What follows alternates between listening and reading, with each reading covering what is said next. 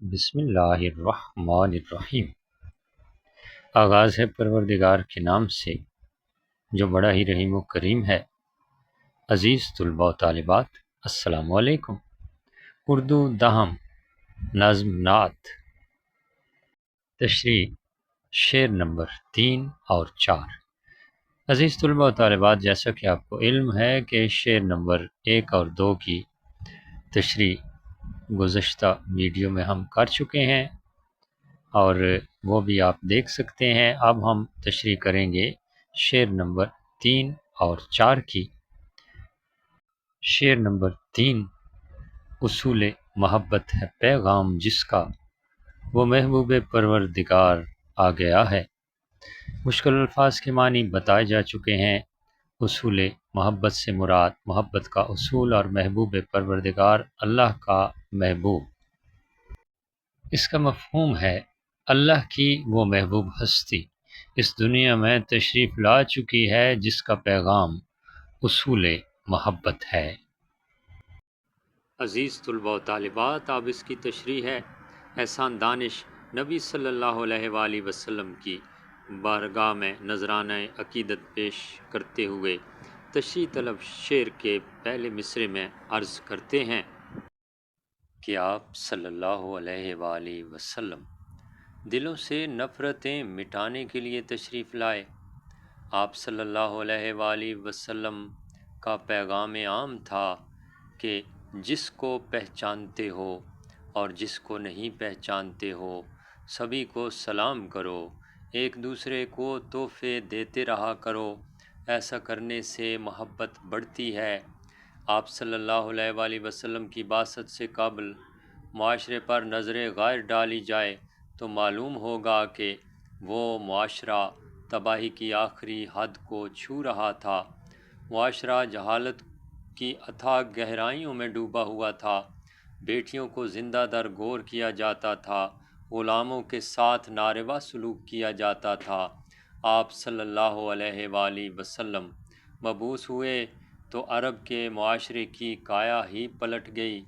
آپ صلی اللہ علیہ وآلہ وسلم معاشرے کے ٹھکرائے ہوئے ظلم و ستم کے شکار لوگوں، جن میں غلام، لونڈیاں اور عورتیں شامل تھیں، ان کے دکھوں اور غموں کا مداوا کیا، انہیں معاشرے میں وقار اور عزت کا پیغام دیا اور مقام عطا کیا۔ آپ صلی اللہ علیہ وآلہ وسلم کی شفقت اور لطف و کرم صرف انسانوں تک ہی محدود نہ تھا بلکہ اس میں پرندے اور جانور بھی شامل تھے۔ ہر ذی روح کے لیے آپ صلی اللہ علیہ وآلہ وسلم کی محبت اور مہربانی یکساں تھی۔ بقول شاعر: وہ دو جہاں کے لیے رحمت ہیں، وہ دو جہاں کے لیے رحمت ہیں، وہ بن کے خیر الانام آئے۔ دوسرے مصرع میں شاعر کہتے ہیں کہ اللہ نے نبی صلی اللہ علیہ وآلہ وسلم کو اپنا محبوب قرار دیا ہے۔ اللہ نے اپنے محبوب سے پیار کو اس طرح بیان کیا ہے۔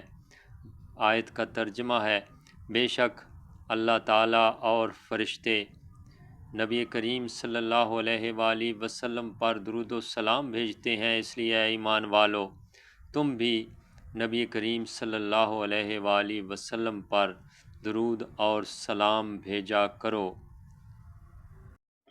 شعر نمبر 4: اب انسان کو انسان کا عرفان ہوگا، اب انسان کو انسان کا عرفان ہوگا، یقین ہو گیا، اعتبار آ گیا ہے۔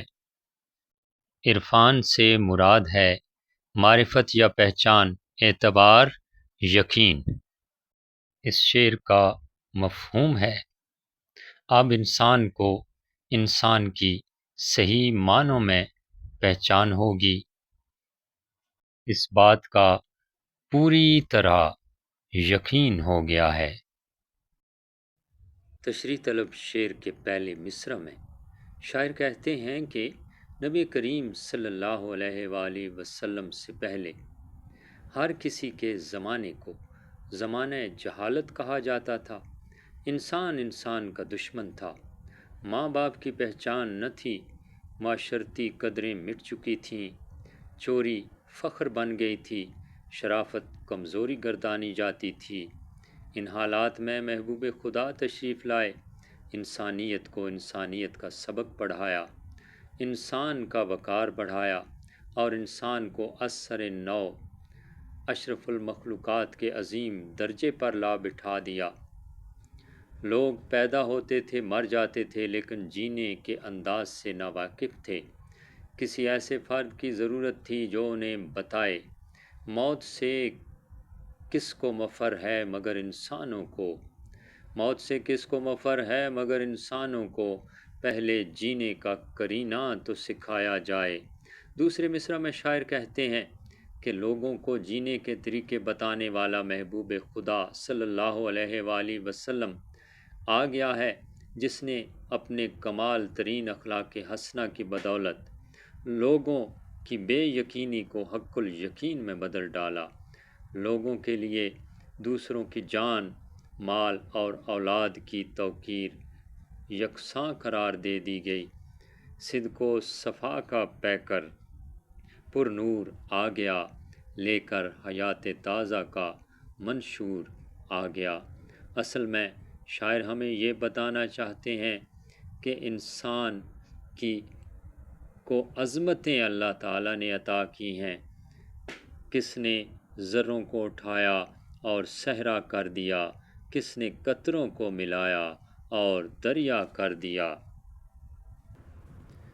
عزیز طلباء و طالبات، اس نظم کے حوالہ جات میں بعد میں کسی آنے والی ویڈیو میں بتا دوں گا۔